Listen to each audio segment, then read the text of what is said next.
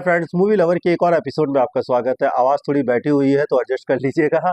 आज दो फिल्मों का रिव्यू करूंगा। दोनों मैंने ओटीटी पे एंजॉय की, नेटफ्लिक्स पे। दोनों की हिंदी डबिंग अच्छी है और दो चीज़ें दोनों में कॉमन है। दोनों क्रिसमस वीकेंड पे आधारित है। दोनों 1.5 घंटे का टाइम आपका लेती है। तो क्या ये 3 घंटा दोनों फिल्मों को मिला के आपको देना चाहिए कि नहीं देना चाहिए, इसी बारे में बात करते हैं। दोनों का नाम थोड़ा लंबा है इसलिए मैंने लिख के रखा है। पहली मैंने देखी ए मैरी लिटिल एक्समैस। 1 घंटा 31 मिनट फिल्म की लेंथ है। एक लड़की की वॉइस के साथ, लड़की क्या औरत के वॉइस के साथ ये फ़िल्म शुरू होती है। वो अपनी कहानी बता रही थी कैसे 21 की उम्र में उसे प्यार हुआ, 2 बच्चे हुए, फिर वो अपने हस्बैंड के साथ उसी के टाउन में आके रहने लगी। अपने सपनों के साथ, जो उसके सपने थे उसे सैक्रिफाइस किया। पूरा टाइम हस्बैंड और बच्चों को दे दिया, पर काफ़ी समय बीतने के बाद अब बच्चे भी बड़े हो चुके हैं, कॉलेज में लड़की कॉलेज में जा चुकी है, लड़का कॉलेज में जाने वाला है। तो उसका मन में कहीं न कहीं आता है कि अब उसे अपने लिए भी समय निकालना चाहिए और दोनों हस्बैंड वाइफ में भी चीज़ें सही नहीं चल रही हैं, 9 महीने से दोनों अलग रह रहे हैं, तो अब तलाक लेने का भी दोनों सोच रहे हैं। पर वाइफ को एक चीज़ नहीं पता थी कि हस्बैंड का किसी के साथ अफ़ेयर चल रहा है। ये बात अलग है कि दोनों बच्चों को, पेरेंट्स को, सबको ये बात पता थी। फिर आगे जो कुछ होता है फ़िल्म की कहानी है। फ़िल्म के स्टार्टिंग से ही आप समझ जाओगे फ़िल्म का क्लाइमेक्स क्या होगा। पर इस स्टोरी वाइज़ तो ये फ़िल्म आपको कुछ भी नया प्रोवाइड नहीं करती है, पर जो फ़िल्म का प्रेज़ेंटेशन है वो थोड़ा एंटरटेनिंग रखा गया है। और जो मैंने लड़की बताई, औरत, उसकी जो मासूमियत है वो सच में आपको इम्प्रेस करेगी। तो फ़िल्म आप पूरी फ़ैमिली के साथ एक बार एन्जॉय कर सकते हो। फ़िल्म कहीं न कहीं आपको एजुकेट भी करती है कि रिश्तों में सिर्फ़ ज़िम्मेदारियाँ निभाना ज़रूरी नहीं होता है, समय भी देना होता है एक-दूसरे को, जो बहुत इम्पोर्टेंट है। और ये फ़िल्म के अंत तक आते-आते दोनों को रियलाइज़ हो जाता है। सेकंड मैं बात करूँगा, फ़िल्म का नाम है जिंगल बेल हिस्ट्री। ये 1 घंटा 36 मिनट फ़िल्म की लेंथ है। ये भी क्रिसमस वीकेंड पे आधारित है, पर ये थोड़ा-सा क्राइम ड्रामा फ़िल्म है। हल्की-फुल्की क्राइम कॉमेडी के साथ चलती है। दिखाया गया है कि लड़की है जिसकी माँ बहुत बीमार है, उसे बहुत ज़्यादा पैसे की ज़रूरत है। वो एक शॉप पे काम करती है। वहाँ पे एक दिन उसे एक पर्स मिलता है, तो पर्स को स्टोर रूम में जैसे रखा जाता है, वो जाती है।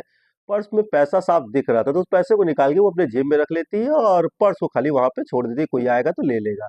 ये सब कुछ कैमरे में रिकॉर्ड हो जाता है, पर सरप्राइज़ ये है कि ये आपके जो मॉल था, शॉप था, उसके स्टाफ नोटिस नहीं करते हैं, उसके सिक्योरिटी गार्ड इसको नहीं देखते हैं।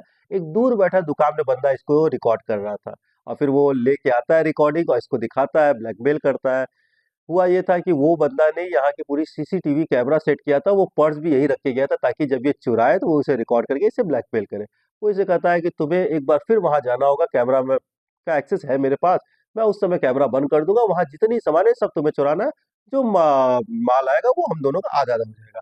पहले ये मना करती है, फिर इसको भी पैसे की नीड थी तो मान जाती है। पर जब ये जाती है वहाँ पे और ये बंदा भी वहीं रहता है, कुछ ऐसा सीन क्रिएट करता है कि सारी टीम एक तरफ आ जाती है और इसको स्टोर रूम में जाने का मौका मिल जाता है, पर वहाँ पे जाके सरप्राइज़ हो जाती है, सब कुछ पहले से ही गायब था। अब इसे शक होता है कि उसी लड़के ने किया है और इल्ज़ाम जानबूझ के इसे भेजा था ताकि कैमरे में ये आ जाए, इल्ज़ाम इसके ऊपर आ जाए।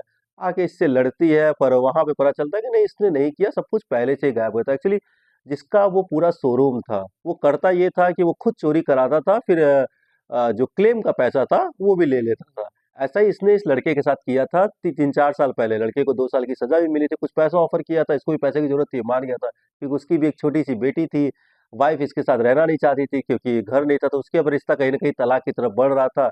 लड़की भी जब ये सब सुनती है, फिर दोनों डिसाइड करते हैं कि नहीं, अब हम लोग, पहला प्लान तो हम लोग का फ़ेल हो गया, पर दोनों की टीम बढ़िया बन गई और दोनों सोचते हैं कि नहीं, अब उसे हम लोग लूटेंगे ज़रूर। भाई इसके पास एक सॉलिड वजह थी। फ़िल्म का जो आखिरी का 20 मिनट है ना, मैं कहूँगा अच्छा है, पर जो 1 घंटा जो लास्ट का जो चोरी दिखाई गई है, वो एंटरटेनिंग है और एक ट्विस्ट खुलता है तो कहीं न कहीं आपको सबसे जो सॉलिड वजह उस बंदे को लूटने की वो लड़की के पास ही रहती है, जो सिर्फ़ लड़के के कहने पे या पैसे की नीड के लिए कर रही थी, तो वो ट्विस्ट भी अच्छा था।